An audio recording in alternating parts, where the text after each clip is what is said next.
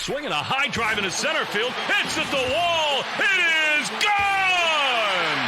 Casas does it again. It's gone! It's into the bullpen! This game is tied! And he swings and rips one to center field. It's high, it's deep, it's back, it's gone! Sale winds, he fires. Swing and a miss, strike three, it's over! The Red Sox have won the World Championship! Hey, welcome back to Play Tessie. It's episode 82. If you're listening on drop day, it is June 17th, episode 82. There's only been one 82 in Red Sox history, and his name is Johnny Lazor. 4 years, career 669 OPS. This is the official podcast of being 2-0 since Tristan Casas ate wasabi, also known as the official Red Sox podcast of WEEI. I am here with Sammy. I'm here with Joe, who's in for Pat today. Before we get going, talk about the Sox taking 2 of 3 from the big bad Yankees. Hit that subscribe button, whether you're on Odyssey, the Odyssey app, Apple, Spotify. Hit that subscribe button, rate us 5 stars. It helps us out a ton. And check us out on YouTube. We are on the WEEI playlist. You can subscribe to that and check out our play. Wow, we're on the WEEI channel. We have our own playlist. You can subscribe to WEEI and check out our playlist. Hit that thumbs up button. Helps us out a ton. Remember to hit us up on the social accounts at PlayTessie on both Twitter and Instagram. Sox take 2 out of 3 from the Yankees right after taking 2 out of 3 from the Phillies. That's right. They take 2 out of 3 from the best team in the NL and then go and take 2 out of 3 from the best team in the AL. This is a team that has had trouble protecting home field, not just this year, but for the past few years. And they did it against 2 of the best teams in baseball. You're really getting a look at what this team could look like, sort of in Alex Cora's eyes. He's been asking for years for a more athletic team, and that helps their base running, that helps your defense, and he's been asking for it. And this year, you've kind of seen it on full display, and they love to stack up that 9-1-2 with Rafaela, Duran, and Hamilton. And those guys just keep getting on base and keep wreaking havoc. The team, for the most part, has played all right defense. There have been some kind of flubs in the infield particularly between first base and pitcher exchanges, but the outfield has been good defensively all year. And when we're talking about getting these guys on base and wreaking havoc on the base paths, in the third game of the series, the Red Sox set their franchise record with 9 stolen bases, 4 of which came from David Hamilton, who just continues to produce. The vibe, I feel like, yeah, I do. I feel like this is kind of a potential inflection point in the season. I feel like this could potentially be a turning point if they build on it. And like I say potentially, and I paused before I said that because it feels like every other time we've suggested that a turning point could be had, they haven't grasped it. They haven't run with it. And that's dating back for the last 3 years. But now here's another opportunity. The vibes are high. Again, here with Sammy and here with Joe. Sammy, you've got your Sox visor on. How you feeling, buddy? We were at Fenway Park for hours yesterday, but yeah, this win, I don't even know which win was sweeter, but it just feels good. Yeah, it was a long day, but fun Saturday at Fenway Park. How do I feel? That's a really good question. I have no clue. I'm thinking right now that I might give myself the quote, when this team gets healthy, end quote, talk. Maybe talk myself into maybe some fun baseball games down the stretch of the season. I'm not quite there yet, but this is certainly a big step in the right direction. Like you said, it's not just the Yankees they won 2 out of 3 against. It's the Phillies and then the Yankees. So this team is hot. They're still missing a lot of guys, but to come out and win 4 out of 6 on that homestand, woo, feeling good. Yeah, it's a point.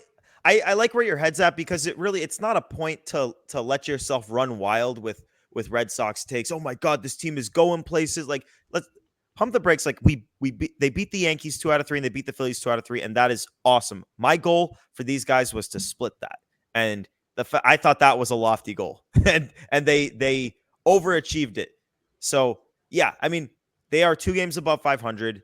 This is a point in time where they could start to build ground as they face lesser competition. I believe their next 15 games are against teams that are under 500, albeit they are teams that are not like, it's not like you're facing the White Sox and the Rockies for 15 straight games. Like you are facing reasonable teams. They're just not great teams, but you're going to face those teams as you're getting healthier.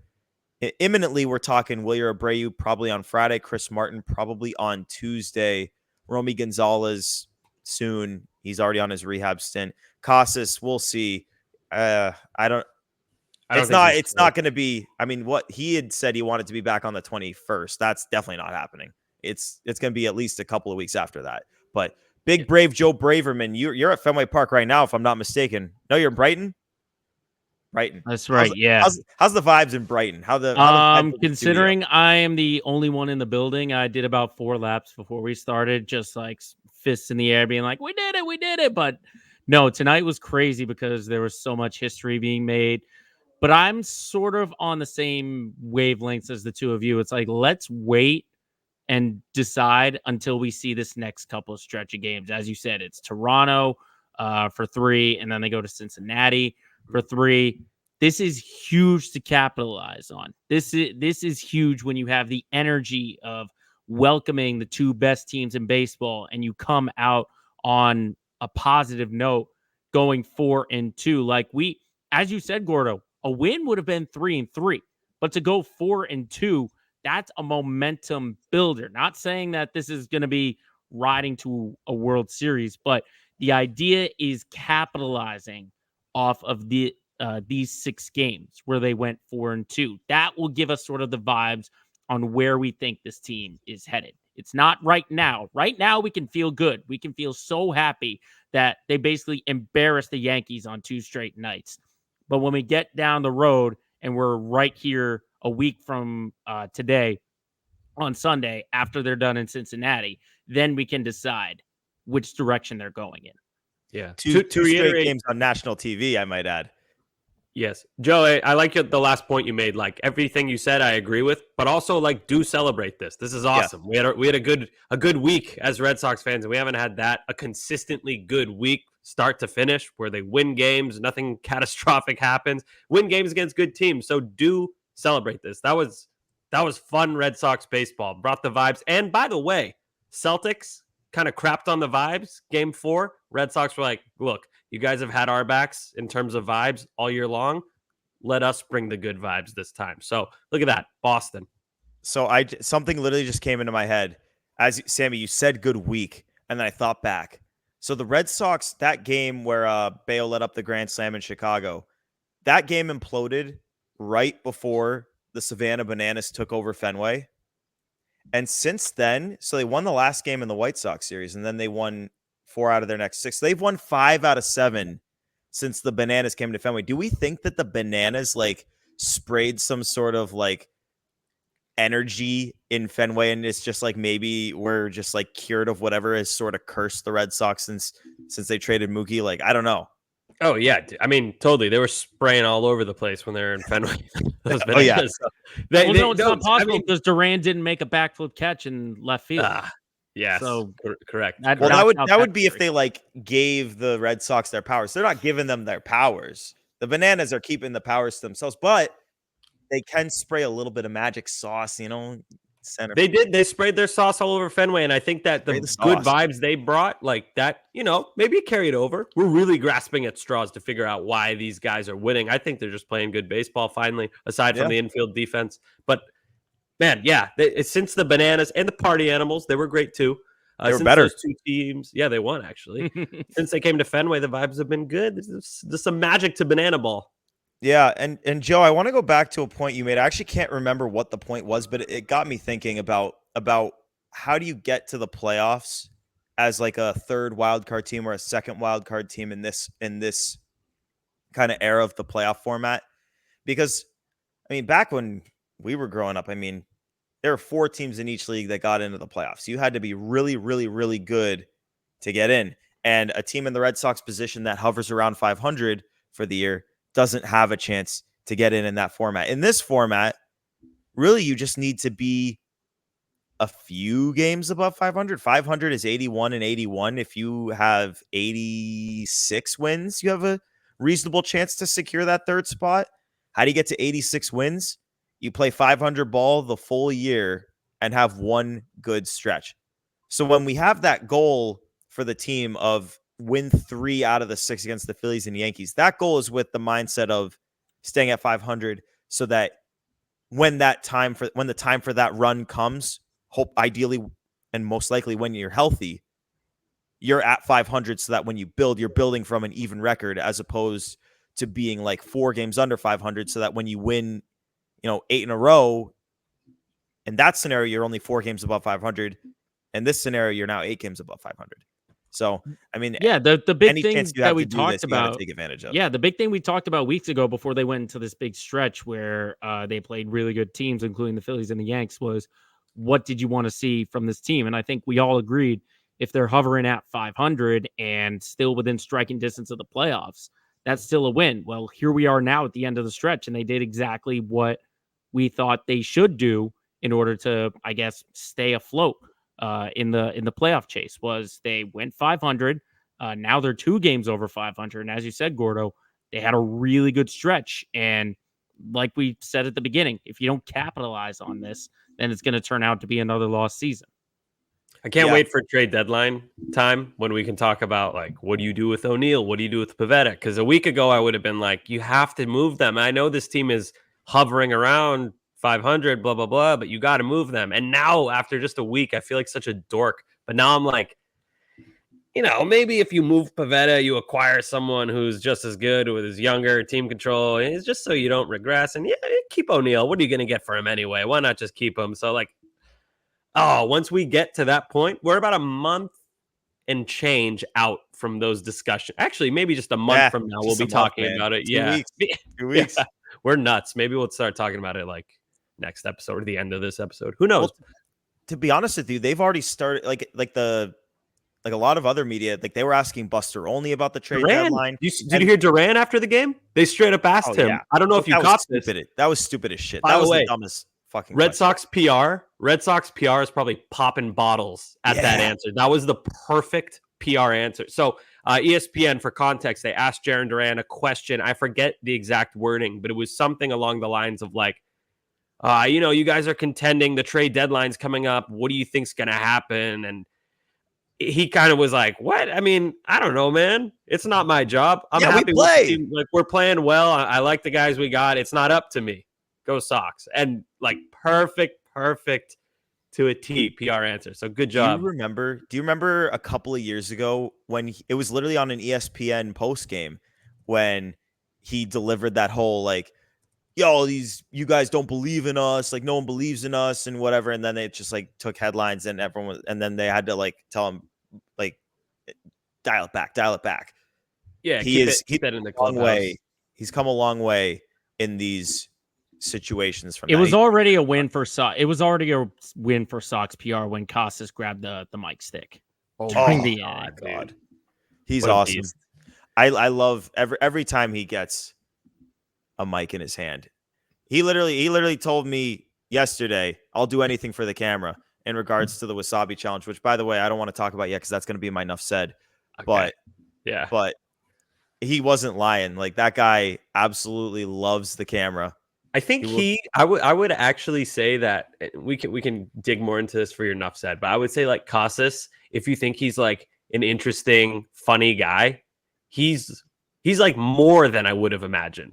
Funnier, sometimes these guys are different on camera, and then you talk to them and they're kind of oh, you're kind of putting it on for the camera, but he is legit a funny dude. So I'll save this conversation for your enough said because I'm excited to talk about that. But yeah, me too. Call. But just to get back to where we were about how the Red Sox can build on this and what needs to happen for the Sox to build on this. And I do have some stats prepared for some of the guys who have been playing well. But I think to start off with this series is to start in the first game where Alex Verdugo comes back, goes 3 for 5 with a home run that he pimped the absolute shit out of. And Bradfo and I talked for 2 hours on the radio the next day about should they plunk Verdugo, who would be the leader in the clubhouse that steps up and says something needs to be done, who would actually throw that pitch. And we came to the conclusion that no one, they don't have anyone that's going to say that they should do that. And they don't have anyone who's going to throw that pitch. And then Sammy and I proceeded later that afternoon to see Verdugo being buddy with like every single player on the team on the field. It was very evident that that was not going to happen. Yeah, but they're not going to throw at him.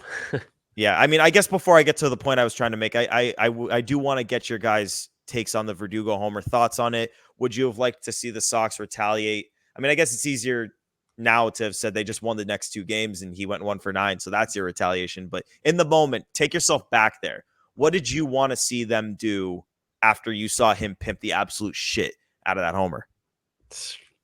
I mean, I can't say what I wanted them to do, but like, well, okay, I'll give you a long-winded answer. Is it legal?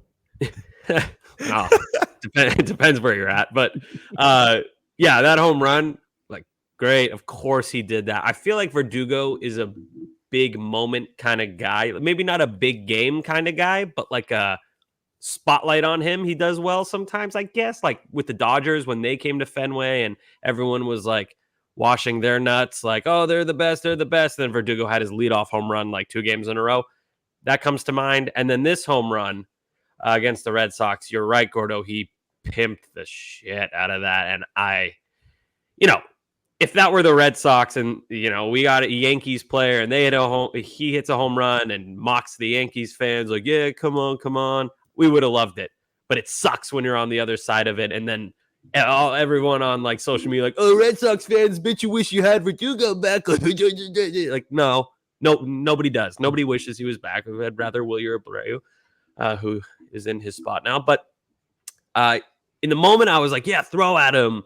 But in hindsight, I think it's better to make him go, 1 for 9 after that and 2 losses? Yeah, so 1 for 9 with just a mere single and 2 and losses. then the Yankees the next day after game 1, they post that picture of him drinking Starbucks or whatever, drinking coffee in the dugout, like with that smirk. I'm like, oh, he's so chill and relaxed at Fenway. They're cruising, and yeah, catch those L's, Doogie and the Yankees. But yeah, I'm glad they didn't throw at him. I'd rather them beat the Yankees twice, and that's what they did.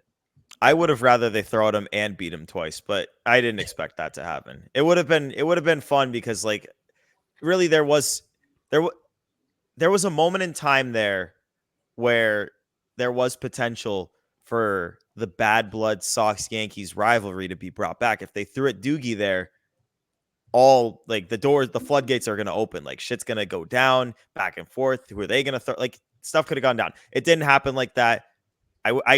I wish we could have seen it just as a fan, but do you think it would have been kind of a little bit cringe, from the Red Sox perspective because they're like 16 games behind the Yankees and the Yankees are just dominating the entire league this year and the Red Sox like got upset? I don't know. No. You got to stand your ground. Like if you want to be the best, you got to go after the best. You got to protect yourself. Yeah, how many times have the Pirates? You.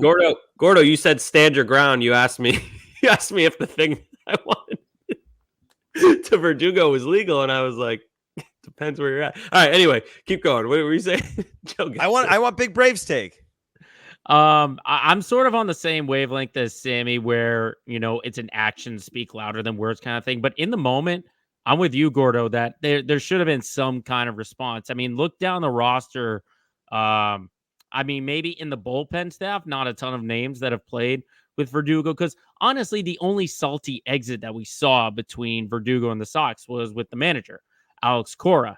And Cora isn't out there throwing pitches. He could have directed Bayo, being like, hey, next time he comes up, throw at him. But Bayo was already in trouble. So, I mean, we did expect that no one was going to respond. And you got to keep in mind with Cora, Cora's someone that stays out of getting into brawls or any heated moments like that. Go back to the ALCS in 21 when Erod is pointing at his watch and Cora's saying, hey, stop that. Don't do that. So I think to expect nothing to respond is more realistic. Every Sox fan would agree that Verdugo went way over the line in terms of like celebrating it. But everyone kind of knew that the entire roster is buddy with him, so no one's going to do anything. And Cora, it stays out of those moments. So, I would have loved to have seen them throw at him, but realistically, I knew that nothing was going to happen. Yeah. Joe, and to your point, I don't think that Cora staying out of those things is like a scared thing or like a, fear of conflict. No, I think not it's at just all. like, don't give them any juice. Yeah, and he's he's an actions speak louder than words. So he's probably, if Yeah. someone asked him like in his post game, being like, "Are you glad now that you didn't throw at Verdugo?" He's like, "Yeah, because the actions of seeing him only get 2 hits on Saturday and Sunday is a better response than throwing at him." Right. And when he has kind of like, not an eloquent way of saying this, but when he has talked shit, it's normally after the fact. Like, it's over, we've won, now you can talk your shit. It's not like, in the moment, or, he gets heated once in a while, but it's not like, Aaron Judge doing the New York thing in the middle of that series with the Red Sox, and then it coming back to haunt him immediately, which was awesome. 211 batting average in the postseason, no big deal. But yeah, like, I like how Cora, when he does talk his shit, it's like he's the winner, therefore he is able to talk his shit. That's the right way to do it, I guess. I think I speak for all of us when I say that even though I would have liked to see them retaliate, take some action, I would much rather see them win both those games than throw at them and they lose both or they split. Give me the wins. Let them beat the Yankees in the series. Send the Yankees home unhappy. Doogie has that great game in the first game, and yet he still can't leave this series with a smile on his face. I think that's a good thing. But to get to the point that I was about to make before, why does that game happen? It was Brian Bayo on the mound again, and yet again, another tough start for him. He goes 4 2/3, 6 hits, 5 runs, 4 of which were earned. The one unearned was when he dropped the ball on the play at first base, being tossed the ball. He walked 3 and he struck out 5. So the walk numbers are staggering. And he was talking about it after the game, talking about how much his pitches are moving. It's hard to control him, but he's walked multiple guys in 9 of his last 10 starts. And he's walked 3 in 4 of his last 5 starts. So you've got a tangible thing here. I mean, the Andrew Bailey model is first pitch strikes, don't give them base runners for free. And Bayo's having trouble with it. And it's something that if the Red Sox want to make a legitimate run at this thing, especially with, and I know Cooper Criswell battled and they won his start, but he's not like a force of he's not generally the guy you want in your 5-man rotation. You need Bayo to be better. You can't. Criswell's good in his role. I agree. He's good in his role. He's not a guy you want to see. Right. And he's good in his role if the other guys are stepping up and your bullpen can pick you up in the Criswell days when he goes 4 or 5 innings and you hope that he lets up 2 or fewer or whatever in those 4 innings.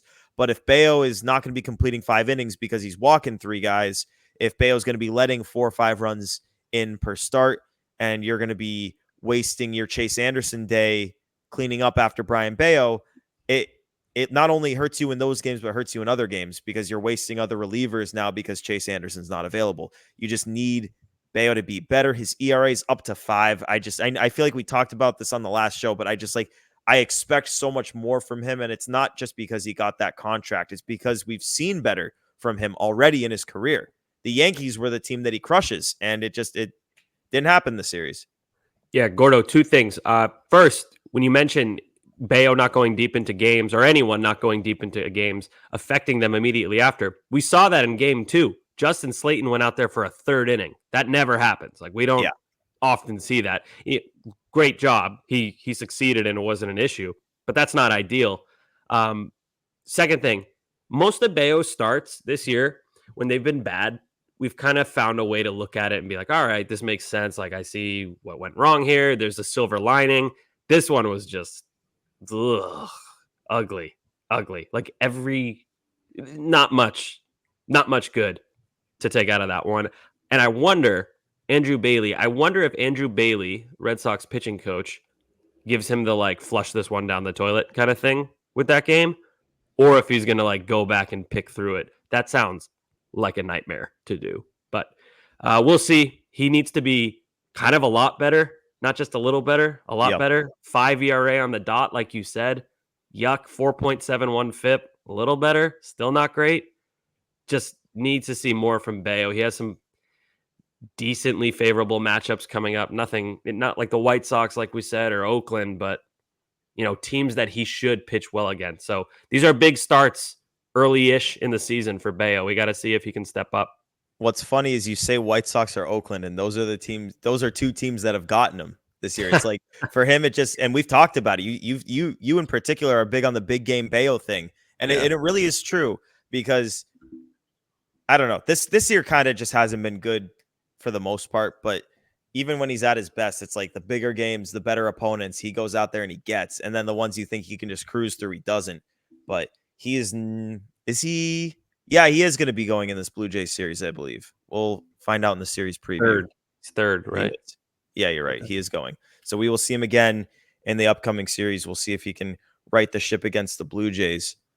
But yeah, the other thing about a big game that Sammy's talking about is this was technically a big game. Like the first game of the season against your arch rival, everyone hypes it up. And the reason you sign Bayo and the reason you sign Bayo and you basically label him as the ace is because you want him to pitch well in these types of scenarios. And not only was it ugly, Sammy, the fact is that he got punched around, and you expect so much better than your ace. I mean, the dude hasn't gotten through 7 innings at all this year, so that's why it's more concerning that he pitches in this big game, but he continues to struggle. That's where you really have to worry if you still have the label as ace for Brian Bayo. That's a damning statistic. He hasn't gone through 7 once this year, and he's your operative ace. I think we can all agree that Houck is the ace now, but Bayo's the one being treated and paid like an ace. So yeah, man, need to see more from him. And you're right, Joe. He got punched around, and it was fast. That unraveled quickly. He didn't it wasn't back and forth. It was down the drain really quick. And unlike the White Sox series where he goes 4 scoreless and then it just unravels, like this thing, it was just kind of from the jump and it just continued. And that 7-inning stat is like, it's even more concerning when you think about the type of pitcher he is. He's not one of those guys that's going to try to get double-digit strikeouts, and those guys have a tendency to run up pitch counts and not go as deep into games. Like this is a guy who's going to live with the ball on the ground, getting those sinkers and changeups, hit him into the dirt. You can get quick outs that way, but when you're going to walk 3+ guys to start, which, as I said, he's done that 3 out of his last 4 starts, he's walked 3 or more guys, and in one of them he walked 4. Like, you're not going to go deep into games like that. You're going to allow a lot of runs like that. You're going to be in high stress situations throughout the game like that. So obviously they won the series. It's great. Like, I feel really good about things, and yeah, all that. But yeah, Bayo, for them to get where they need to go, is going to need to be a lot better, because even if the Red Sox are in a position to buy, I wouldn't expect them to be one of those teams that goes all in on some super high-end starting pitcher rental to push them over the top. No, if the Red Sox are going to get a second frontline guy to pair with Tanner Houck, it's going to be because one of Nick Pivetta or Brian Bayo stepped up into that role. So we've got to hope we see that moving forward. But to talk about some of the things that went well in this series and have been going well, I mean, there's kind of 3. I mean, we could talk all day about Jarren Duran and why he should be an all-star. I mean, we could literally just have Tristan Casas read off all the stats that he reads off on Nesson and ESPN about why Jarren Duran is an all-star. And I talked about it with Bradfo on the radio. I mean, when you're top 5, I believe, in the American League in WAR, when you're second in doubles, first in triples, I'm just rallying these off my head. He was 6th in stolen bases, I think, but I don't know anymore. He may have jumped up that list. He's in the 95th percentile in outs above average. Like, you've got a true star, a true all-star brewing in Jarren Duran. But actually, I want to talk about some of these other guys, some of the guys that have stepped up, because Jarren Duran's been doing it all year. I want to talk about Cedon Rafaela, Emmanuel Valdez, David Hamilton. Those 3 guys that, I mean, Rafaela has been getting better month over month. Emmanuel Valdez was not hitting, got sent down, got called up. I've got some stats on him. And then David Hamilton was the, what's it called? Not Scarecrow. What's it called? Not Voodoo Doll. Punching bag. Punching bag. He was the Red Sox Twitter punching bag. He was the scapegoat. Yeah, like, That's he what was you're making thinking of. errors at short. He was not hitting. We didn't understand why he was still up. They optioned Valdez over him, and I know a lot of people wondered about that. I remember we had a conversation, who do they option, Dahlbeck or Hamilton? And that conversation in my head sounds absolutely insane right now. I guess we can start with David Hamilton. The stat I've got on him is that in his last 30 games, he's hitting .330 with an .891 OPS, and in those 30 games, he has 14 stolen bases. Dude, we get credit for this. We were complaining for so long, like, why does he not go when he's on base? And then we don't actually get credit. If anyone thinks we're serious, we don't get credit. But it's awesome to see. He's going. He's got amazing speed. He's using it. It's so simple. There's no analysis for this. That's it. Yes. Praise the Lord that he has started actually utilizing his greatest asset. And he's still not a perfect defender or anything close to it, but he's actually been able to play shortstop, and you're not realizing that there's anything wrong there for the most part. For the most part. Come on, dude. Come on. The throws, dude, when he throws. Okay, I know it doesn't look not pretty. His fault. He's not a shortstop. It's just when he throws. But dude, he's got to throw up. I know it looks ugly. It's like the Grissom thing right now, though. Dom Smith has had like 9 really good picks. Yeah. Like, oh, good play. Like, he's made some bad plays, but he's made a lot of nice picks. I don't want to make fun of Hamilton. He's been awesome lately. No, but like, has he? I know it looks bad, but like over the last maybe 3 weeks or so, have you like there's been like maybe a couple, but it used to be better. Like an everyday thing. Yeah, he's been better. His arm strength is kind of what worries me, because it looks like he puts everything into every throw, and maybe that's just me not seeing it well. Maybe he doesn't do that, and just how it looks. But at least he's getting it to the first baseman. He's not like throwing it he's not like hooking it or letting the ball like go into the dugout. If you got to bounce it, you got a major league caliber first baseman allegedly over there. So, hey, he's great at picking. He's great at picking. No, yeah, Smith is like, yeah, he's had some weird plays, but I think he's pretty average defensively. He's like good at some parts of playing first and not good at others. It's weird. It's the PFPs. Yes, it's working with the pitcher that has been odd. But the picking, God, he's made crazy good picks. I don't know if he's missed a pick.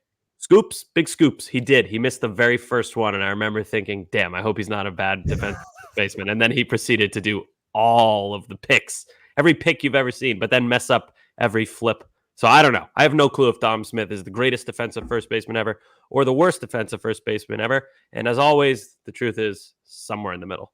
But either way, man, David, like at the plate, I don't know. I remember we were on radio at Fenway. It might have been our first Fenway radio session of the year.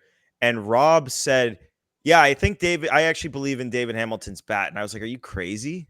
Oh, yeah. So I said the same thing. And then I said, no, never mind. I take it back. And now I don't get credit for it because I jumped off that ship. So no credit for me. Rob was right, though, man. I mean, he hit all in AAA. Like he was really good. Oh, you can't say that though, because Bob hits in AAA. No, I know. But Bob is like, you can look at Bob and see why he fails in Major League Baseball. With Hamilton, it was kind of like, what's going on? It's not like he's striking out all the time. Like the reason you use Bob there is because, great AAA numbers, but even in AAA, he's striking out 35% of the time or whatever. So that's not going to translate. Hamilton had good numbers, and then the peripherals looked like they would translate, and now they finally are. So, by the way, he's got some pop too. Not a ton of home runs, but he's like gap-to-gap power. Speed is unbelievable. Red Sox win the Renfroe trade. Remember when everyone was freaking out about that? Like Hunter Renfroe, some great player, and then they replaced him with Adam Duvall, who's exactly the same. Yeah, except it took him a year. Remember, they initially replaced him with Jackie and Christian Arroyo in right field. That was brutal. Oh yeah, Christian Arroyo. Hope he's doing well. But yeah, he's not a right fielder. It was really anyway. David Hamilton. We're going all over the place, but David Hamilton's really turning into a nice player. When Vaughn Grissom comes back, what do you do? Because Hamilton, I can't take him out of the lineup right now unless like Chris Sale is pitching or like some nasty lefty. Well, it's not just Vaughn Grissom as well. There's so many other guys that we can get into. Like if you're talking really, really big picture, Trevor Story's still under contract. And Manuel Valdez, who I'm sure we're going to sing his praises to a little bit later. And Vaughn Grissom, who we still, all three of us expect to turn things around when he's fully 100% and a little bit older. It's a serious logjam. I know we've had logjam conversations over the number of weeks, but that's for big picture stuff. The here and the now is you have too many infielders, and one of them is going to have to be on the outside looking in. And they need to decide that sooner rather than later. Well, to me, with the Grissom thing, like as much as I want to see him get every day at bats, and to be honest with you, these situations so often work out themselves. But you've got, and I'll give you my Valdez stat here. This is his June right now. His June, he is hitting 361 with a 439 OBP, 778 slug. He's a 1217 OPS. He's basically he's been an extra base hit machine. But with Hamilton and Valdez, they're lefties. With Grissom, he's a righty. They don't have very many righties in the lineup. Obviously, I want to see him get more at bats than just against lefties. But if Hamilton and Valdez continue to hit like this, as you said, Sammy, you can't really take guys out of the lineup that are hitting like that if you're in the race. If you're not in the race, you can give the at-bats to guys who you want to see. But I think for the sake of discussion here, I mean, they're playing great baseball. I think we got to talk like they're in the race. They are right now in the race. I like Valdez off the bench. He's got really, really good numbers as a pinch hitter, which is like the hardest thing to do is pinch hit in Major League Baseball. So good little weird quirk to his game. And he looks like a fire hydrant. He does. He has he just does. Fire hydrant body. Yeah. Not as much as Alejandro Kirk, but no, he's more, Kirk is too thick to be a fire hydrant. He's more of a, he's a stump because Vogelback is a fridge because he's a little bit taller. Kirk is too short to be a fridge. Kirk is a mini fridge. Yeah, we'll break down the Blue Jays rosters. Interesting body types.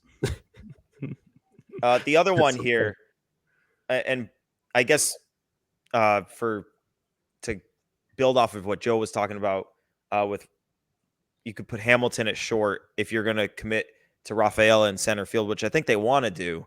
Obviously, that gets a little bit more complicated when you have Abreu and O'Neill and Yoshida all healthy at the same time. The solution here literally may be to go take us back in time a month and a half and go back to the whole do we reduce Yoshida's playing time conversation, because that could be where this heads. But here's Ceddanne Rafaela's average by month. In April, he hit 167. In May, he hit 239. And in June so far, he's hitting 333. He's 11 for his last 19 in his last 5 games, and he has 3 hits in back-to-back games, of course, both of which were against the Yankees. He's hitting the ball harder as of late.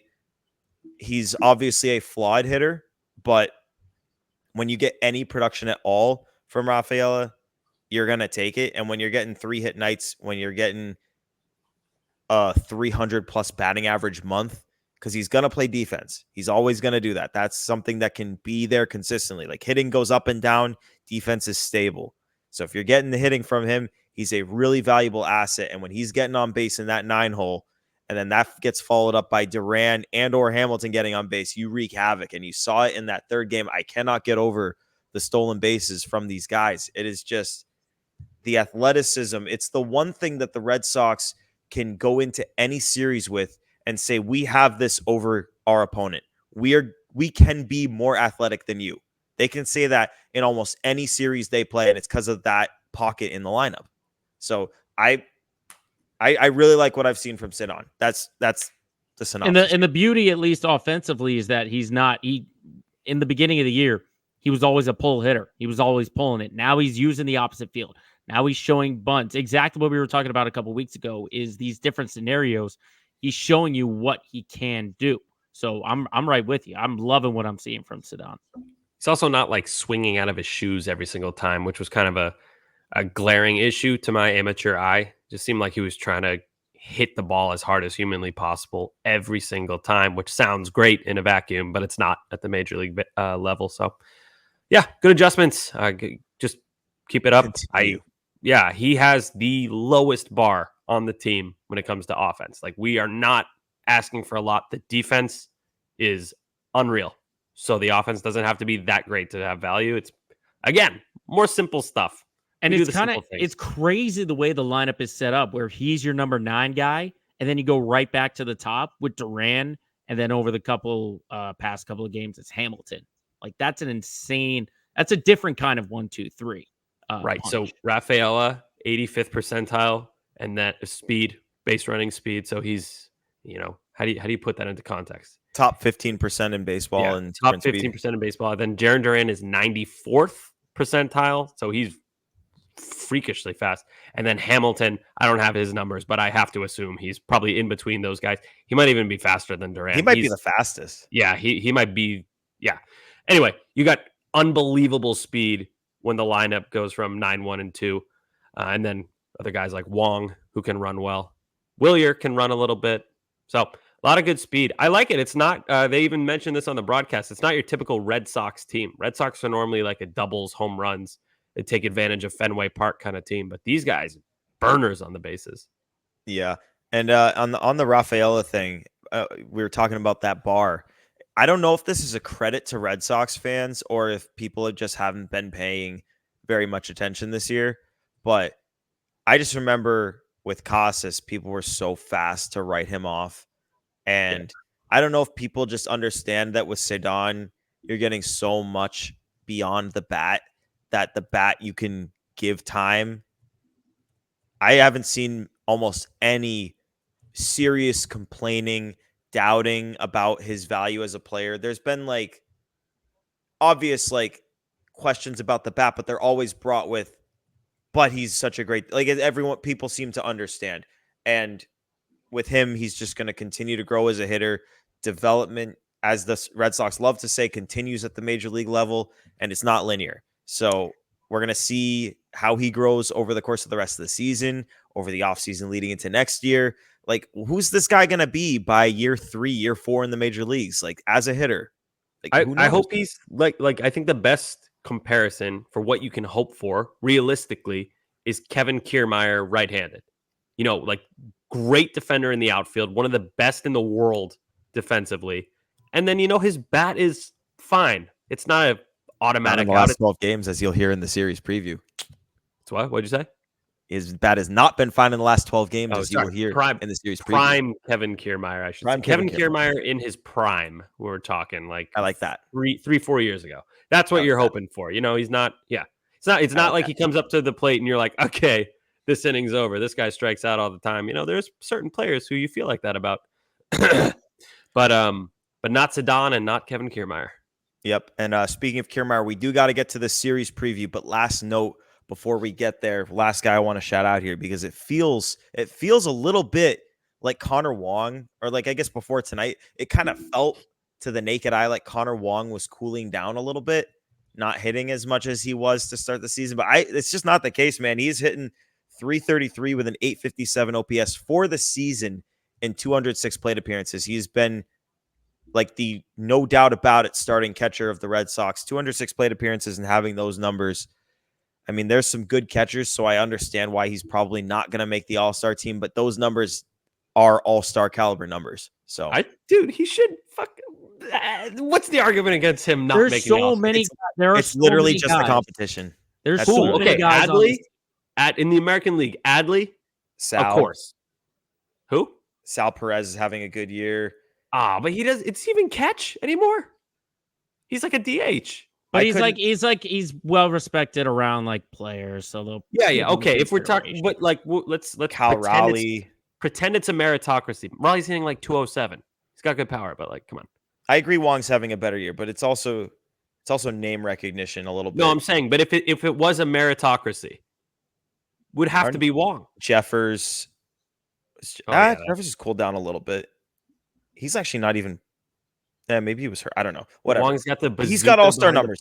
I would love to see him on the All-Star team. The competition actually is not quite as good as it was the last time we had this discussion. I will say that. Yeah, Wong's on fire. By the way, we're forgetting one friggin' shout out that we got to give. How about our boy Zack Kelly? Bases loaded. Dude, let me set the scene. Pretend I'm Will Fleming. 4-3. Red Sox are winning.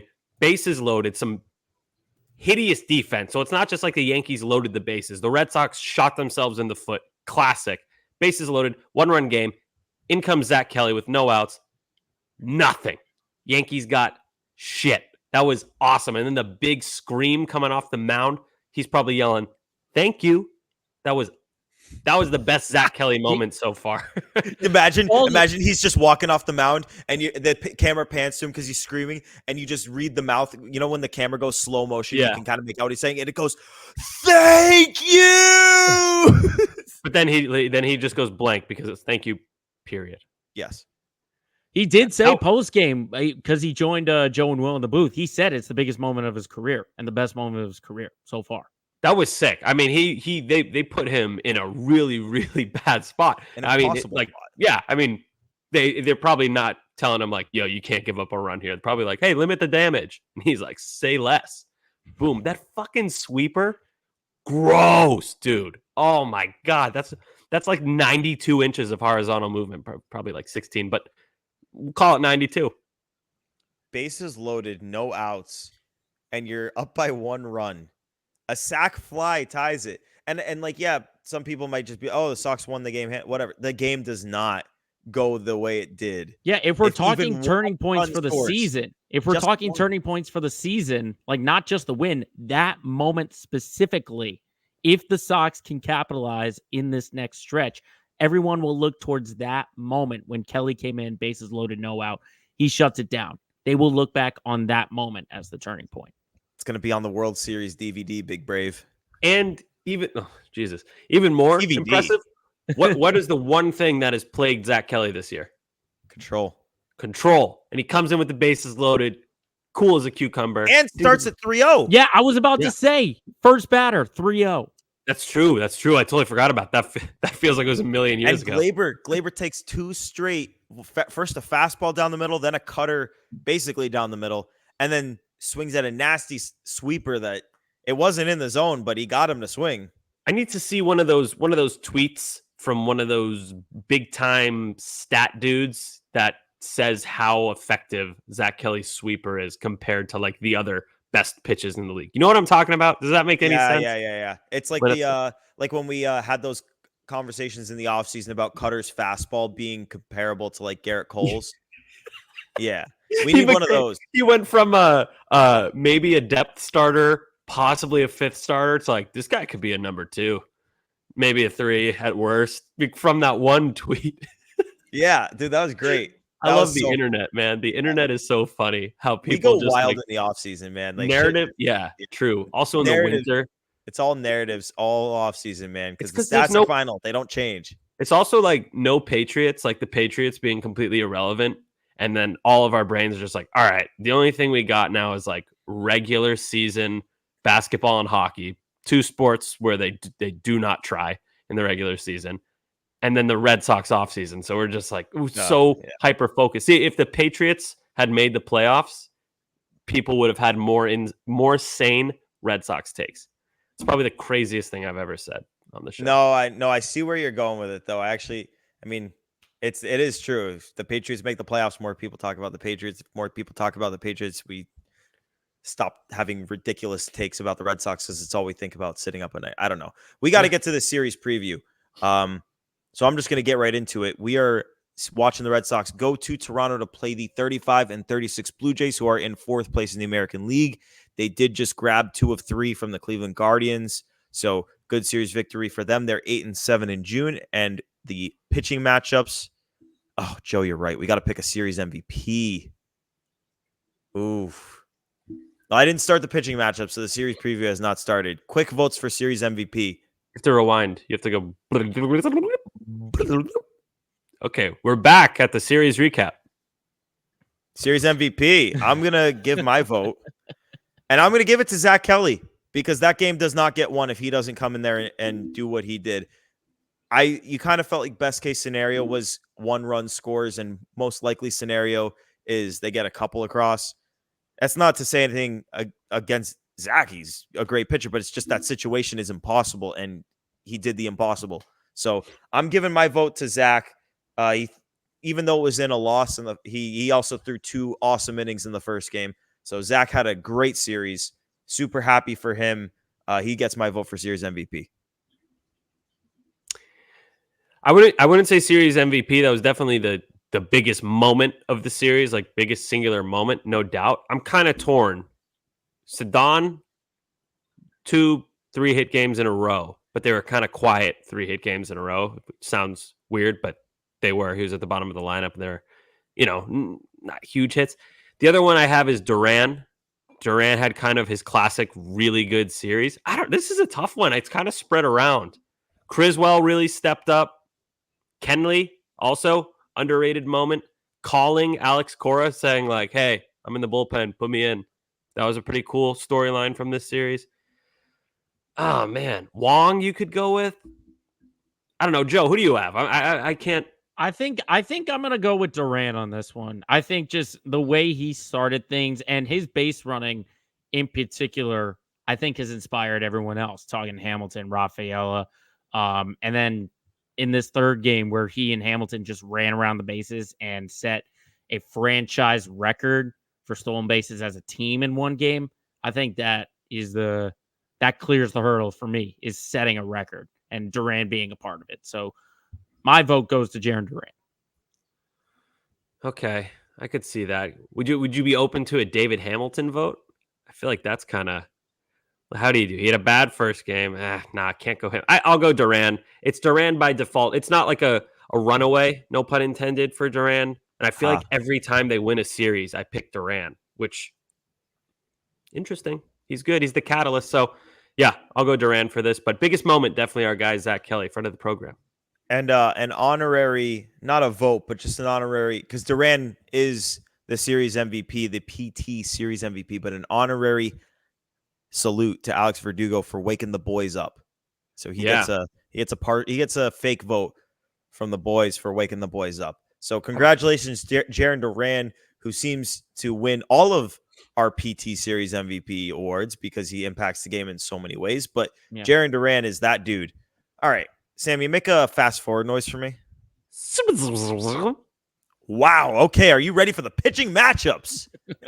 Game one, we've got Nick Pivetta versus Yusei Kikuchi. Nick Pivetta has a 3.88 ERA coming off a tough start against the Phillies in which the Red Sox won, but he went 4 innings, 4 runs. He walked 4 and struck out 4. Kikuchi has a 3.26 ERA. He's having a really good year after he didn't reserve a sushi restaurant for Shohei Ohtani. He is coming off 5 scoreless with 4 walks and 5 strikeouts versus the Brewers. Game 2, you got Tanner Houck versus Chris Bassett. Tanner Houck has a 2.08 ERA, also coming off one of his quote-unquote worst starts of the year in which he threw a quality start, 6 innings, 3 runs, 5 strikeouts against the Phillies. Chris Bassett has a 3.56 ERA. I had to double-check this thing 10 times because he literally had the same exact line as Kikuchi, also 5 scoreless with 4 walks and 5 strikeouts against the Brewers. Same thing. Game 3, you got Brian Bayo coming off of 4 2/3, 5 runs, 4 of them earned, 3 walks and 5 strikeouts against the Yankees. His ERA for the season is at an even 5 versus Kevin Gausman, who historically has given the Sox fits, although last season they really got him good at one point. He's got a 4.08 ERA on the season, so not his best work. Maybe some regression as he ages. He's coming off 5 1/3 innings of 3-run ball and 6 strikeouts versus the Cleveland Guardians. Hitters, Blue Jays, you think normally as a big bopping team, but this year they're really not. They don't have a single player with an OPS over 800 this year, and that's not even qualified players or anything. They literally do not have a player in their organization that has an OPS over 800. Vlad Jr. hitting 284 with a 780 OPS and 7 homers. Bo Bichette, we think of him as a star, but he's only hitting 237 with a 628 OPS and 4 homers. Old friend Justin Turner has not continued his Red Sox success into his Toronto days. He's hitting 225 with a 659 OPS and 4 homers. George Springer has been atrocious, a 579 OPS for the season. More recently, Dalton Varsho has been good. I remember we used to have those Varsho versus Yoshida conversations, and we always used to argue for Yoshida, but Varsho at this point, definitely the better player. Great defender in the outfield and has an 852 OPS in his last 14 games. And then I told you I had that Kiermaier thing. He has a 368 OPS in his last 12 games. Oof, so cold. That's where we are at. Joe, do we have a standings update for series predictions? Damn, Sammy We got this do. one, didn't he? That's right, because Sammy increased his lead. He correctly guessed that the Sox would win 2 out of 3. So he gets himself his 9th point on the season. He still leads it. Pat and Gordo each predicted that they would lose 2 out of 3. They still remain tied for second with 4. You know, I thought them getting 1 out of 3 to get them back at 500 was the lock of the year, and it was not. Just as I thought, and we'll jumping ahead here, but I thought that Devers hitting a home run against the Yankees was the lock of the year, and it was not. So, but series prediction wise, again, I'm going to go first, so I can't flub this. I'm going to predict that they're going to win 2 out of 3 and continue to build here. I think they're going to win the first 2, and we're going to be feeling really good about ourselves, and then they're going to lose the Bayo versus Gosman one, which is going to make us halt the brakes a little bit before our podcast coming out later this week. So 2 out of 3 win-win loss. All right, Sammy, what do you got? Okay, so I went back to my strategy that got me the lead initially last week, where I basically just predicted the most unlikely thing without going too crazy. So I figured, okay, they'll win 2 out of 3 just because, of course, they'd win 2 out of 3. Everyone's hurt. The Yankees are the best Yankees team they've been in years. Everyone's picking the Yankees to crush the Red Sox. Therefore, the Red Sox will win 2 out of 3, and they did. So I got the Red Sox losing 2 out of 3 to the Blue Jays. I think they win the first game. No chance that Houck loses to the Blue Jays. Give me a break there. And then they lose the last game. So I got, loss, win, loss. Okay. All right. Not too bad. I'm not gonna, I can't go as far as to say that Houck will lose to them. That's where I draw the line. But just predict them to get swept, Sammy. Just do it. No. I have to pick something that's very unlikely, but not crazy. That's been my strategy. Unlikely, but sane. I'm glad that losing 2 out of 3 is now in your head as unlikely, but not insane. We're making progress. They're making progress as an organization. They just took 2 series against 2 of the best teams in Major League Baseball. The Blue Jays are maybe the single biggest underachiever of the year, them and the Astros. And the Red Sox are hot. The Blue Jays are not. And therefore, the Blue Jays win 2 out of 3. Sorry. Yeah, I think the Sox go in at the right time, especially having the energy, winning the series against Philly and then against the Yankees. I agree with Gordo that they're going to win 2 out of 3. My order, though, is going to be different. I think they are going to lose the first game because it's still like Vlad Jr. and a bunch of big hitters out there that can burn you if you make a mistake. And we know Pivetta is prone to make that big mistake. So I think they lose game 1. I agree with you guys. No way Tanner Houck loses this game. And then third game, I think this is a good redemption game for Brian Bayo. I think he'll find a way to redeem himself against a struggling Toronto lineup, as you rallied all the mentions on the numbers there, Gordo. So I'm going to go 2 out of 3, and they lose game 1. I want someone to come into one of these predictions and be like, yeah, there's no way they win the Houck start. Just no chance. Nah, you'd have to not. He hasn't done anything to prove us wrong. Yeah. By the way, Blue Jays game 1 starter Kikuchi. We have to mention the weirdest sleep schedule of all time. He sleeps on the night before his starts. He claims that he sleeps between 13 and 14 hours. So, if he's ever on a playoff team on the road, probably there will be a fan who will do the fire alarm at like 2 a.m. or 3 a.m. That trick. Oh, have to. Dude, that would work on Kikuchi in a way that it's never worked on any athlete ever. It certainly did not work on the Florida Panthers for the Bruins. Someone did that to them, and the Panthers just kicked the shit out of the Bruins. It was awful. But anyway, baseball. Yeah, alarm trick for Kikuchi. Don't do it if you know where he lives in Toronto. Pull the fire alarm at his literal house. Do not go to Yusei Kikuchi's home for the Sox. Yes. Don't do it. Good Also, pitch. of note, Nick Pivetta and the Blue Jays have that history. They don't exactly like each other, particularly Vlad and Alejandro Kirk. So something to keep an eye on. What was that? Remind me. What was that beef again? he like threw kind of inside to Alejandro Kirk, and the Blue Jays dugout got all mad. I don't know. It was What stupid. the hell? Everything is inside to Alejandro Kirk. His fucking pits hang over the plate. How do you not throw inside to Alejandro Kirk? Everything's inside. It's too bad they DFA'd Vogelback, man. Those two were a great pair. Them and Manoah and Vlad. Yeah. Oh my God, Team Fatso over there. Jeez. Yeah, they're fucking Joe, thick, team. Big Brave. Pat's not here. Big Brave. You tell me what's it time for? Well, it's time to somehow make a transition out of that quip from Sammy and get into Crystal Bomb. Bomb it.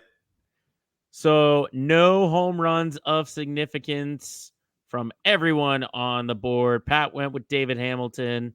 Nope. Raffy Devers. Nope. And Tyler O'Neill did not go yard. So Did anyone go yard? Did they hit a home run? I don't believe they hit a home run in the series. No, they didn't. They didn't. Unless they. Yeah. No, not in game one. Yeah, no home runs. Certainly not last night. Yeah. I should have picked like Nick Pivetta or something. Ugh, yeah. okay. So no home runs on the board. That means Gordo still leads it with 10. Sammy is in second with 7. Pat is in third with 3. And then me with the single point in the basement. So let's start it off with Sammy here. Let's give you the first crack at it. What do you say? Okay, I'm gonna go with. Okay, I can't pick Devers and I can't pick Sedan. I will go with. I'm thinking. I'm trying to stall. I don't know who Can I I go? want to take. Yeah, you go. You go. Yeah, Go Gordo, make your pick while he's thinking. All right, this is an easy one for me. I'm going with Captain Canada, Tyler O'Neill, to hit a home run back home in Canada. He screams guy who pounds one over the left field wall in Toronto. Give me Tyler O'Neill. There's only one lefty on the mound in this series, but he took the day off on Sunday, so hopefully get him in 3 of these games. If not, then I'll get 2 out of him. So yeah, give me Tyler O'Neill. All right, not bad. Sammy, you got your pick now? Yeah. Okay. You guys are gonna think I was thinking of O'Neill, but he's from Vancouver. He's from like 7 hours away from Toronto. He doesn't give a shit. It's for the country. It's for the country. It's for the country. It's a huge. It's like if you played a game in California and they're like, Gordo, this is a hometown game for you, huh? Well, you know what? If I played baseball in like Mexico, yeah, and then you went to California, you'd be like, oh, I'm back home. Yeah, I'm from the this is home. Gordo, you grew up around the palm trees and beautiful scenery. All right. I want to pick Yoshida, but he got hit in the hand at the end of the game. So I'm not going to pick Yoshida. I'll go with Jarren Duran. He's making hard contact. Hasn't hit a ton of home runs, but he plays every game, so I know I'm going to get that out of him. I like him hitting a home run off of Gausman. He's going to mislocate that stupid sinker, splitter, or whatever the frick that is, that always kills the Red Sox. And Duran's going to just get it over the wall. It's going to be like a laser beam. It's just going to get over the wall, just by a little bit. I can very much picture that. Him in Toronto, just over the wall. And he's going to sprint. He's going to be sprinting full speed, and then he'll slow down after he rounds first. He'll be like, oh, it's out. He'll pass second by the time it gets over the wall. Yeah, he'll be like rounding third, and then the ball, which had an exit velocity of 111, will just be getting over the wall. He's that fast. So Duran's my pick. Okay, all right, that's a good pick. How are you gonna match this? I think I'm gonna, no pun intended, throw one out of left field here and go with Enmanuel Valdez. And I'll even, I know you can't get double points on here, but I think the way he's been pinch hitting has been extremely effective. It's almost like eventually he's going to get that pinch hit home run. He might even get it because I assume he'll get a start at some point in this series. But I feel like Valdez might be a sneaky pick to go yard because he's been hitting the ball so well. He just hasn't gotten the at-bats to really drive that thing deep. So I'll go with Manu to drive one deep up north. Manu? Is that a name? Manu. That's just a nickname I've heard Will Fleming say. So Manu, dude, can we call him Manu? Here's his numbers this year as a where is it? Okay. As a pinch hitter. He's hitting 600, 5 at-bats. He has 3 hits. Wow. Hell yeah. And one is a double. So incredibly small sample size, but that's pinch hitting. Pinch hitting is always a small sample size. Who's the best Red Sox pinch Matt hitter? Stairs. Oh, Red Sox. Stairs was great, but Yeah. he was briefly. Johnny Gomes? Oh, Yeah. Mike Carp. Got to be Mike Carp. Oh, Carp that's a good was one good. too. Carp was good. Moreland was good too when he wasn't starting. He was a good pinch hitter. Oh yeah. Was that like when Hanley, before they DFA'd him out of nowhere? I When he think had, one like, of the it, one of microphone. his. I think Moreland had a pinch hit bomb in the World Series in 18. Yeah, Was that was that pinch in hit, wasn't LA? it? It was okay. I think it Well, was. yeah. Pinch hitting is hard. Yeah, man. All right, so you go with Valdez. All right, I like it. I like it. Did Pat tell us who he's picking? He can pick after. Yeah, we can get that later. All right. We'll tell him. We'll give him Yoshida. No, we'll give him Pivetta because he's also home in his home country, so he can have Nick Pivetta, and he can have Blue Jays sweep. I like that. All right, Beautiful. Sammy, what do we got? What do we got going on right now? No New York Yankees in here because it's time for only winning. It's guys being dudes. Ooh, Bruh. Oh, I like how you guys kind of like overlapped. It was like a crowd of people just like chilling at the same time. We were Trying. crowd surfing past each other. All right, so this is the first time we're seeing the Blue Jays this year. So Yeah. need a player who played for the Red Sox and the Blue Jays. Joe, let's hear who you got. Ooh, okay.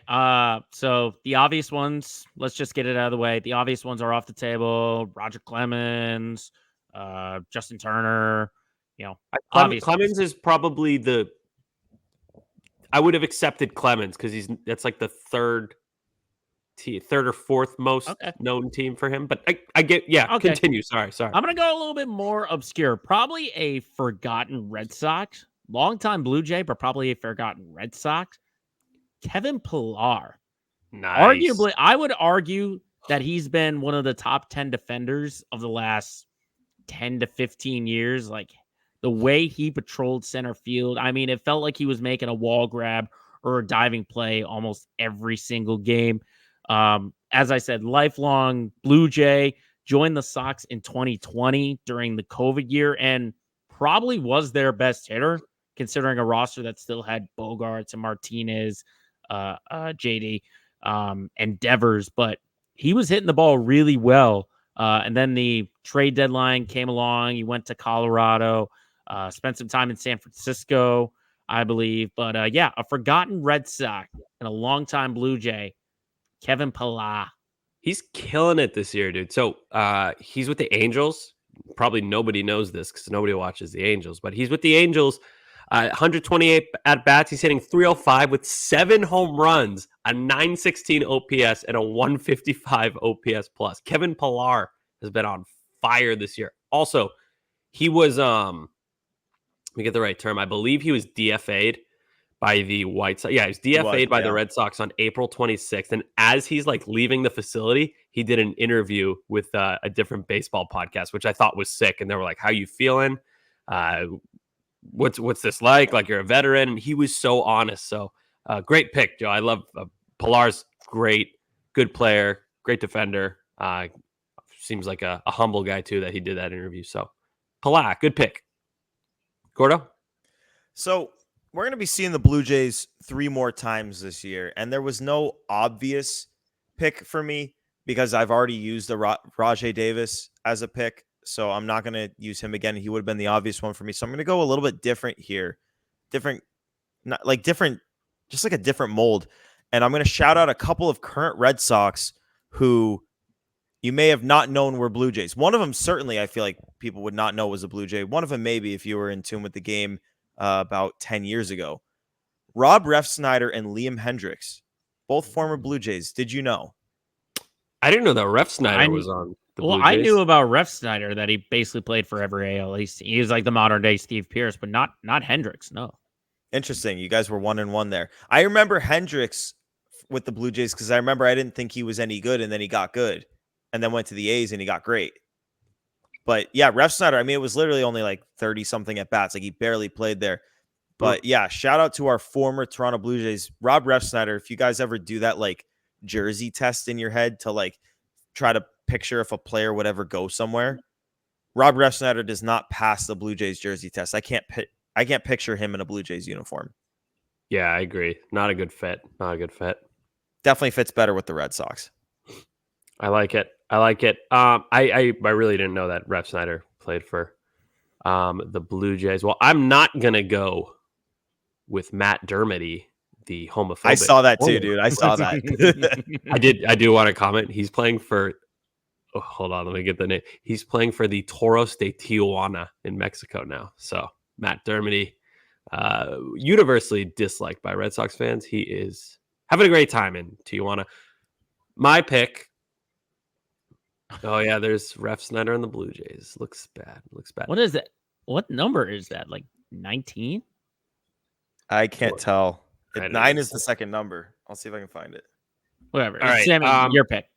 My pick. 2013 World Series champion Franklin Morales, left-handed relief pitcher. Noteworthy because he had one of the nastiest pickoff moves I have ever seen in my life. It was like a rubber band. He would just like zip it over there. I don't know if he got anyone with it, but it was nasty as hell, and that's what I remember about him. And also, I don't understand how his elbow didn't explode every time he threw a pitch with his delivery. It was so incredibly violent.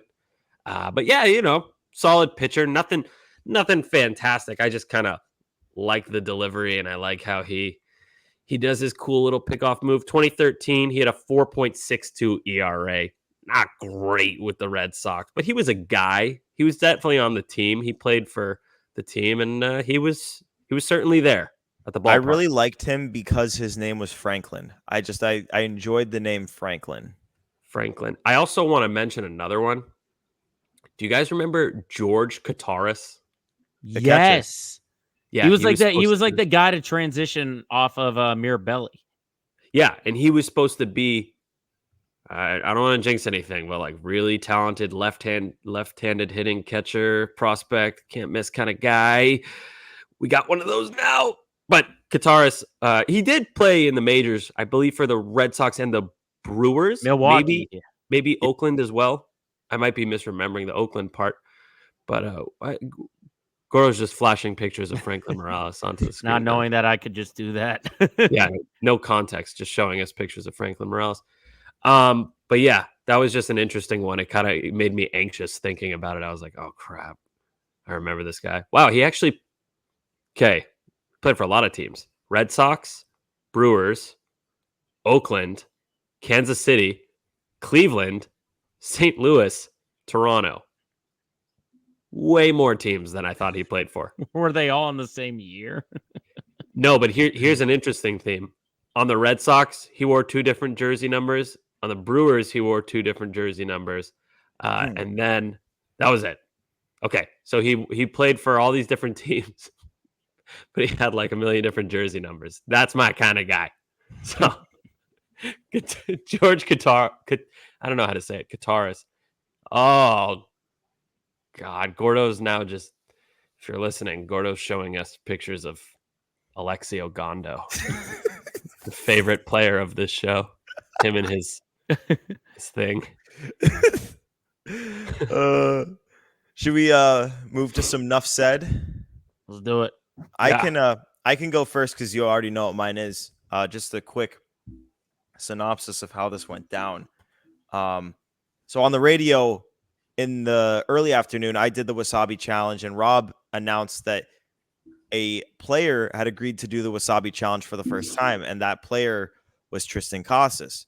So we're on the field. I'm on the field with Sammy later, and Bradford was not on the field. Casas is there.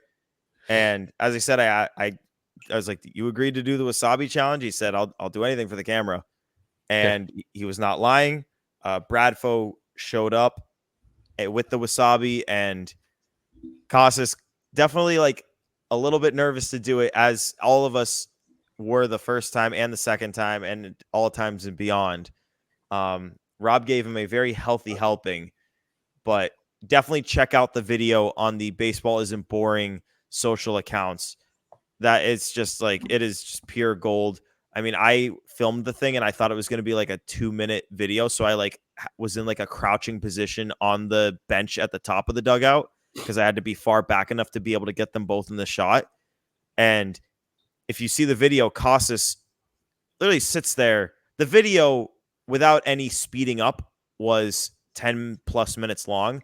So he sat there for about 7+ minutes thinking about how to. The question was, what is Garrett Whitlock's middle name? And he literally sat there for over 7 minutes thinking about it. And like Rob's hand was getting tired holding the wasabi spoon. Like my knees were getting tired in the crouch position. My arms were getting tired holding the phone. Sammy's standing off to the side, dying, laughing. Like it was a great time. He was a trooper about it. He was deep in thought. Ballsy man to do. It was like a challenge. skit. It was like an I think you should leave skit. Like he sat there and it was funny because he was kind of like the way he was treating it was like he was doing a math equation. Like he was mumbling things to himself. He was like, Steve, like looking off. But it's like there's nothing to figure out. You're just guessing a name. There's no equation. So I thought he was doing like a bizarro comedy bit on us. It was really funny. But hey, he ate the wasabi. Had a little tear in his eye, but he did it. He wanted to be tough about it, as all of us do, but it's almost impossible. And Rob gave him so much wasabi that there was just no way to tough it out. He got up and he hucked a giant loogie before walking into the dugout after. Like, oh yeah, we know that pain. Yeah, that it is pain, and you feel the wasabi in your system for hours afterward. Rob was like, "Yeah, I didn't want to try it on a player that would be playing in the game later, because you never know. It could get in some trouble with their system." But for a guy who's on the injured list, So that was a very interesting experience. We'll be curious to ask him later about any effects it had for the next few hours after that. I might not want to know. You know, he was very honest. You remember the spring training broadcast where he's like, "Yeah, I take my pregame poop." Like, he's poop positive. That's okay. Nothing wrong with that. Everyone poops. As we mentioned on ESPN tonight, he probably shared too much information. He's like that. Hell yeah, brother. He's awesome. All right, my enough said is really quick. People always complain about the ESPN baseball broadcast, and like, you know, sometimes it's deserved, sometimes it's not. You know, it's kind of subjective. Think what you want, but I had to point out there was one bit where they were talking about Anthony Volpe, who's a young shortstop for the New York Yankees. You know, he's talented. The bat's okay. The defense is good. He can run a little bit, but like so far, nothing crazy. And the conversation was Carl Ravitch was talking about the best young shortstops in baseball. And the way he framed it, he said, there isn't a wrong choice. There isn't a wrong answer. And then he was discussing Bobby Witt Jr., Gunnar Henderson, and Anthony Volpe. That is so insane to put those three in the same sentence. That's like two heavyweights and then like a featherweight. It's the dragon meme. It's the dragon meme. The King Ghidorah meme. Yeah, that's the King Ghidorah meme where the two heads are scary and then there's one head that's not scary. Very, very whimsical looking head. But yeah, I thought that was funny. And I know like the Yankees are the most popular team. ESPN very, very, very obviously likes to focus on them. And market them, and that's a good marketing move. And there's the King Ghidorah. That dragon on the right, that is Anthony. Yeah, Volpe. which one is which? Who's Witt and who's Henderson? I think Gunnar might actually. Gunnar this year is in the center, but I feel like I don't know. Gunnar in the center, Bobby Witt shorter on the left. I think Bobby's going to be the best of the three. But anyway, I think this is Bobby right here because he's side eyeing like, why the hell is Anthony Volpe? Or no, that might be Gunnar because they're in the same division. Who knows? He is side eyeing. I've never noticed that before. He is. I know. I'm noticing it now for the first time looking at it. Anyway, yeah. So I just thought that was a little bit crazy. So I don't understand. I don't know how to feel about it because, like I was just saying, Yankees obviously really smart to market them. Market Aaron Judge if he ever wants to, show some personality. Juan Soto, Garrett Cole, like you can market those guys. I get it, but that's insane to put. It's not. It's just stupid. It's just very, very, very, very silly. So, yeah. Big Brave. I got a quick enough said. I do want to show love. We always make some jokes about this person's trade and the return, but some sad news today about Mookie Betts. He had to leave the game. He got hit by a pitch, fractured his hand. He's not going to need surgery, but he's going to be out for a long time, and that's hard to see because I think we're all fans of Mookie Betts, even when he got traded, and even to the standard baseball fan, having him in the game, having him active, just makes the game that much better. The versatility, the way he hits, personality, I think it is very fun to watch, even to the common baseball fan. So it's gonna suck. This is the first major injury, at least that I can remember, for Mookie having, and not having him out there for substantial amount of time. It is really going to be tough, but he'll be back. Dodgers will be in the playoffs, and just hope Mookie gets healthy and this doesn't affect him long term. Must be nice as a Dodgers fan to be like, yep, we lost maybe our best player right now, but we have a great roster with great depth, and beyond that depth is a good farm system. How lucky are we? And our owner cares about the team. So, can you imagine being in a spot where you lose Mookie and Yamamoto in the same weekend and there's still just zero doubt about you making the playoffs? Oh, yeah. No, I mean, there's none. There's no doubt. Now, if they lose Shohei like next week, then that's an issue. Still no doubt. Still no doubt to me. They would still make the playoffs. There would what would have to happen? How many games are they up on a playoff spot? I mean, how good are they without? They're up enough. I mean, with Mookie, you lose probably your best bat and your best defender. They're 8 games up in their division right now. Yeah. They'll be fine. Wait, I mean, they have a weak ass lineup if you don't have Mookie and Ohtani. I mean, who do you got? Like Teoscar? Dude, I don't know. It's the Freddie? Dodgers. They Freddie just Freeman? win. Yeah, Freddie and Teoscar. That's not enough. You can't just have two guys. But are you really going to get 8 games? You're going to get 8 games made up? Don't sleep on the Padres, dude. No, actually, and then the Giants lost the son of the wind. Grandson of the wind. Grandson of the wind. The son of the wind is his father. Tremendous, really. Yeah. All right, it's 12:20 in the morning. We should go to bed. Let's wrap this baby up. It's been episode 82 of Play Tessie. We appreciate you guys tuning in. Before you leave, before you do something else, maybe watch the Celtics hopefully secure banner 18. Fingers crossed, because we definitely didn't jinx it last episode.